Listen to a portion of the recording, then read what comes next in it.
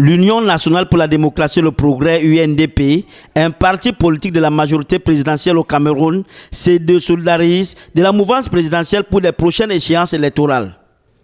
L'annonce a été faite au siège du parti à Yaoundé par Bello Bouba Maïgari, le président de cette formation politique, devant tout un parterre de cadres et militants venus des 10 régions du pays. Pour notre parti, l'Union nationale pour la démocratie et le progrès, participera sous sa propre bannière avec ses propres listes et ses propres candidats. Il convient de noter qu'une plateforme commune entre l'UNDP et le parti au pouvoir avait été scellée en 1997. Le président du parti en a profité pour faire le tour de la situation politique camerounaise et notamment sur la survie de son parti politique. Je ne pouvais pas rater cette occasion pour le rappeler de façon solennelle à tous nos camarades. Il faut que l'unité, l'entente, la camaraderie continuent à régner dans nos rangs, non seulement comme l'une des premières formations politiques dans ce pays, mais de façon incontestable que l'UNDP reste la grande formation politique au Cameroun. Cette déclaration a été faite lors de la cérémonie de présentation des vœux. Dans l'espace politique camerounais, différents partis affûtent déjà leurs armes, en l'instar du Rassemblement démocratique du peuple camerounais, parti au pouvoir. Pour rappel, les élections législatives et municipales avaient été prévues en juillet 2018 et elles ont été reportées par décret présidentiel cette année. Le Front démocratique du peuple centrafricain, groupe armé localement implanté dans le nord-ouest du pays, a annoncé lundi se retirer purement et simplement du processus de paix. Le groupe armé estime que le nouveau gouvernement formé dimanche est loin d'être inclusif comme le prévoyait l'accord de Khartoum et ne prend pas en compte les attentes des signataires. Soulignant que le FDPC n'a pas obtenu de portefeuille ministériel. Un autre groupe armé, l'un des principaux du pays, avait rejeté un froid sur l'accord de paix en annonçant quitter la nouvelle équipe gouvernementale. Le FPRC, qui a la main sur une large partie du nord du pays, n'a toutefois pas précisé s'il se retirait totalement de l'accord de paix ou non. Dimanche, en effet, en application de l'accord signé le 6 février à Bangui et négocié des semaines durant à Khartoum, un gouvernement inclusif a été formé. Mais dans la nouvelle équipe gouvernementale, aucun ministère régalien n'a changé de titulaire. 6 des 14 groupes armés ont obtenu un ministère. Le poste de Premier ministre a été attribué à un proche du président Faustin Archange Touadéra. Les groupes armés qui réclamaient à l'origine un Premier ministre issu de leur rang n'ont pas eu gain de cause et espéraient des portefeuilles d'importance selon des sources concordantes. Lundi, des barricades ont été montées par le FDPC aux alentours de Zoukombo, dont le nord-ouest a une centaine de kilomètres de Bouar. Après un mois et demi de grève, les cours ont repris ce lundi dans les écoles primaires. Les négociations interrompues à plusieurs reprises ayant finalement porté leurs fruits, l'intersyndicale de l'enseignement préscolaire et primaire de Côte d'Ivoire a décidé dimanche de suspendre son mot d'ordre de grève pour un mois, même si pour l'instant, aucune des revendications concernant les cours du mercredi ou la revalorisation des primes et indemnités n'a été satisfaite. Il aura fallu l'intervention de la primature pour sortir de l'impasse, car le ministère de l'Éducation nationale refusait jusqu'ici de discuter avec les grévistes. On ne connaît pas encore la position des enseignants du secondaire, mais l'heure intersyndicale doit se réunir mercredi en assemblée générale. Les cours ont également repris ce lundi au sein de l'enseignement supérieur. La coordination nationale des enseignants du supérieur et chercheurs de Côte d'Ivoire a également suspendu son mot d'ordre de grève pour 2 semaines après la remise en liberté provisoire de 2 de ses membres. Les grèves dans le secteur public sont récurrentes en Côte d'Ivoire depuis 2 ans, malgré la signature en août 2017 d'une trêve sociale de 5 ans, moyennant le paiement sur plusieurs années d'arriérés de salaire pour environ 130 000 fonctionnaires, soit 70% des effectifs de la fonction publique.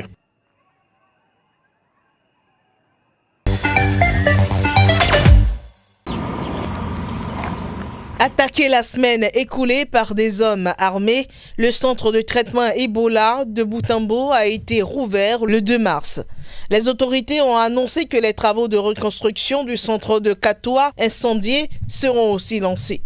Avant l'attaque, ces deux centres géographiquement proches étaient co-gérés par l'organisation Médecins sans frontières et le ministère de la Santé dans la province du Nord Kivu. MSF a suspendu ses activités dans les deux centres après ces attaques. Les autorités congolaises ont indiqué que le centre de Butembo est désormais géré par le ministère de la Santé en collaboration avec l'Organisation mondiale de la santé et le Fonds des Nations unies pour l'enfance. Cette 10e épidémie d'Ebola a été déclarée le 1er août 2018 dans la province du Nord Kivu avant de toucher quelques jours plus tard la province voisine de l'Ituri en République démocratique du Congo.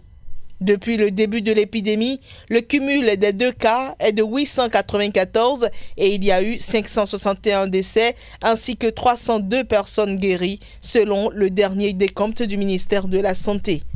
Les activités de riposte contre l'épidémie ont, à plusieurs reprises, été perturbées par des attaques armées dans cette région de la RDC en proie au conflit armé.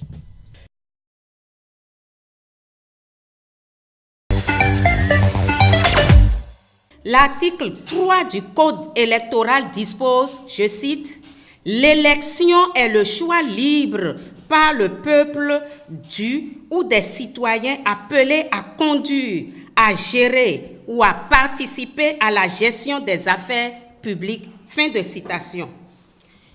Par la décision de la Cour constitutionnelle et le refus du certificat de conformité aux partis de l'opposition, les citoyens et les citoyennes n'auront plus la chance de faire le libre choix indiqué dans l'article 3 du Code électoral.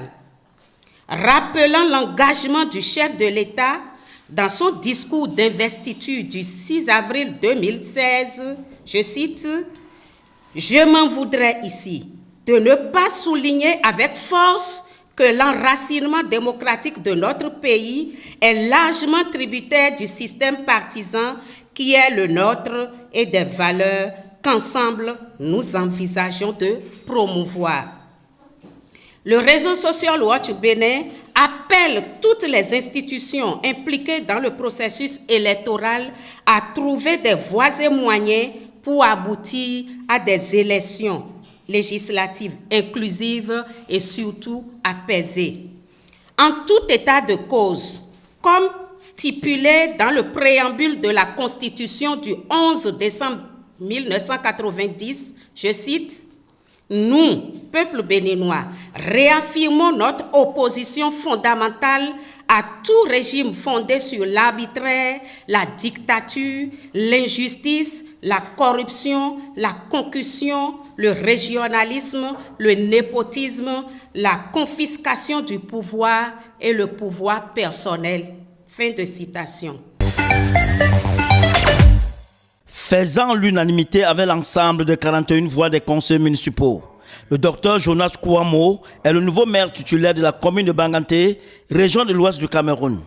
Il était jusqu'ici le premier adjoint au maire Célestine Ketia Courtes, nommé ministre entre-temps. C'est lui qui devrait donc achever ce mandat pour les quelques mois qui restent. Le préfet du département d'Undé, Oumarou Aman Wabi, qui a présidé la cérémonie, a salué le bon déroulement de ce scrutin. Dr Jonas Kouamo, qui prend aujourd'hui les rênes de la commune de Banganté, est pharmacien biologiste et titulaire d'un doctorat d'état en sciences pharmaceutiques obtenu en 1988 à l'université de Reims en Allemagne. Cet originaire du groupement Bamena à l'ouest, dans l'arrondissement de Banganté, a vu le jour en juin 1952. Il est membre titulaire du comité central du RDPC depuis 1997 et président de la section de 2007 à nos jours. Le Conseil constitutionnel du Sénégal a sans surprise proclamé ce mardi la réélection du président Macky Sall au premier tour de l'élection du 24 février dernier. Ces quatre adversaires qui avaient annoncé la semaine dernière rejeter les résultats provisoires proclamés par la Commission nationale de recensement des votes ont renoncé à les contester devant le Conseil constitutionnel. Selon la décision du Conseil lue par la greffière en chef devant le siège de cette juridiction, l'examen des documents transmis par la Commission nationale de recensement des votes, dont les observations formulées par les représentants de certains candidats ne révèlent pas d'irrégularité de nature à altérer la sincérité du scrutin. Après l'annonce de sa réélection, le président Macky Sall a aussitôt annoncé tendre la main à l'opposition pour un dialogue constructif dès le début de son second mandat, le 2 avril prochain. À mes yeux, il n'y a ni vainqueur ni vaincu. Je tends la main à toutes et à tous pour engager un dialogue ouvert et constructif dans l'intérêt supérieur de la nation. Je convie à ce dialogue républicain toutes les forces vives de la nation, sans exclusive, dialogue auquel mes prédécesseurs, les présidents Abdou Diouf et Abdoulaye Wade, pourraient apporter leur contribution, a déclaré le président sénégalais dans un discours en fin d'après-midi, sa première déclaration publique depuis le scrutin marqué par une participation de plus de 66%. Réélu pour 5 ans, le chef de l'État est suivi dans l'ordre d'arrivée de l'ex-premier ministre Idrissa Seck, du candidat anti-système et député Ousmane Sonko, du président d'université privée Issa Sall et de l'ex-ministre Madické Niang. Le CEV est le centre de collecte des demandes de visa Schengen à destination de la Belgique et des 17 États Schengen que la Belgique représente en République démocratique du Congo. Il succède à la maison Schengen, fermée en janvier 2018 par le régime de l'ancien président Joseph Kabila. C'était en mesure de rétorsion contre la Belgique qui avait suspendu sa coopération avec le gouvernement congolais. Le 22 février, en effet, les autorités congolaises et belges avaient signé un accord pour la réouverture de cette institution considérée comme une sorte de consulat et la restitution de l'immunité diplomatique au bâtiment. Ce centre traite de la demande des visas des Congolais, mais aussi de toute personne résidant en RDC et souhaitant avoir un visa Schengen pour se rendre en Europe. La période d'inaction de la maison Schengen était lourde pour les citoyens congolais désireux de voyager, tout comme pour le personnel, à en croire le consul général de l'ambassade de Belgique en RDC. Les premiers demandeurs ont introduit mardi leur demande de visa.